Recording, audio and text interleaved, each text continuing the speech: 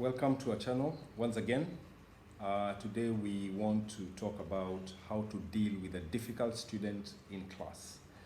How to deal with a difficult student in the learning environment. Maybe the student is playing up, maybe the student is misbehaving, maybe you've tried warning them, you've tried talking to them, it's not working. What do you do? Welcome. My name is Edwin, an international educator.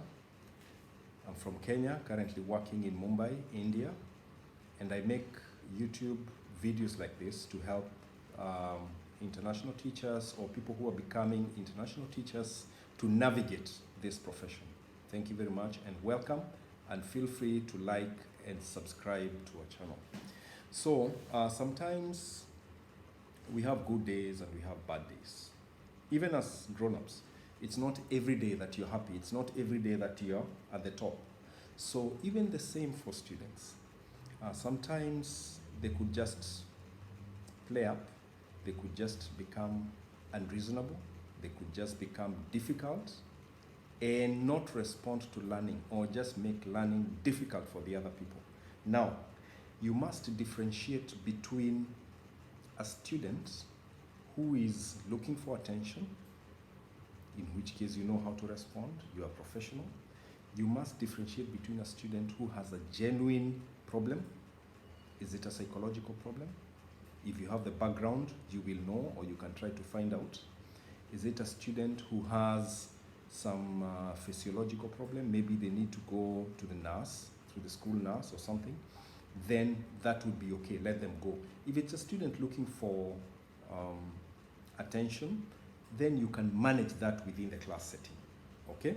And I'm very pleasantly surprised that other students are able to tell you, oh sir, he always does like that when he doesn't want to do group work. Oh sir, he always does like that, you know? So you are able to tell very quickly. You must have a knack for knowing exactly what the student is going through. The student could just be responding to something that's happening at home. Bereavement, for example. Or they are stressed by all assessments. Maybe in the next lesson, there's something that is coming up, a subject that is coming up, and they have not submitted, and they have not finished the work. How do you navigate that? So the first thing is just to know the problem. Then once you know the problem, try as much as possible to isolate this problem so that it does not affect the teaching and learning of the other students. Because if you have a bunch of students in class, 20, 25, 30, whatever number you may have, and one student is playing up and, jeopardizing or just spoiling the learning of the other students, disrupting the learning of the other students, then that will not work. So try to isolate that, okay? So you could give the rest of the class some work to do as you go to talk to this student in isolation. It could be just outside the corridor, in some corner or something. The worst thing that you can do is to play up. If you respond, if you also become upset and they see that you're becoming upset, then you've lost control. And of course we are human and these things happen, but try as much as possible not to do that. Is it possible for the student to get help? Is it the school nurse? Let them go.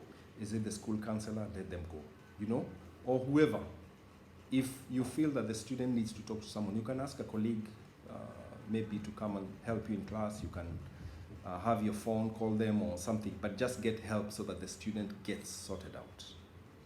Long term, it is very important to cultivate relationship with students.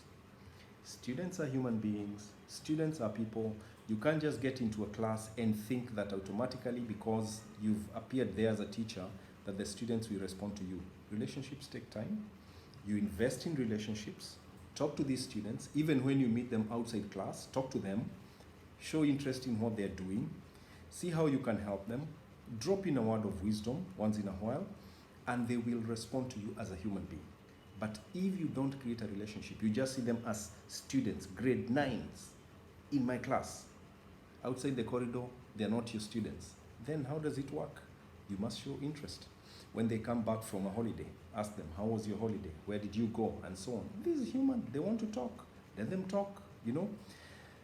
So that is long term. You create relationships with them, and then you try to follow up. If a student was giving you trouble in class, try to follow up. If you told them to go to the nurse, did they go? What happened? If you told them to go to the counselor, did they go? What happened? And so on, so that you show that concern, and possibly is it okay to escalate the issue to your maybe supervisor, to your head of section, or whoever it is?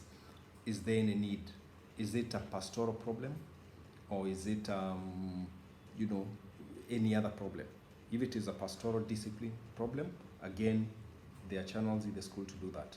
If it is just a student, a one-off that is playing, just understand them, and then let not the student interrupt the flow of the lesson. Thank you very much. That's how you deal with difficult students, and we'll keep making videos like this to help us in this journey. Thank you very much.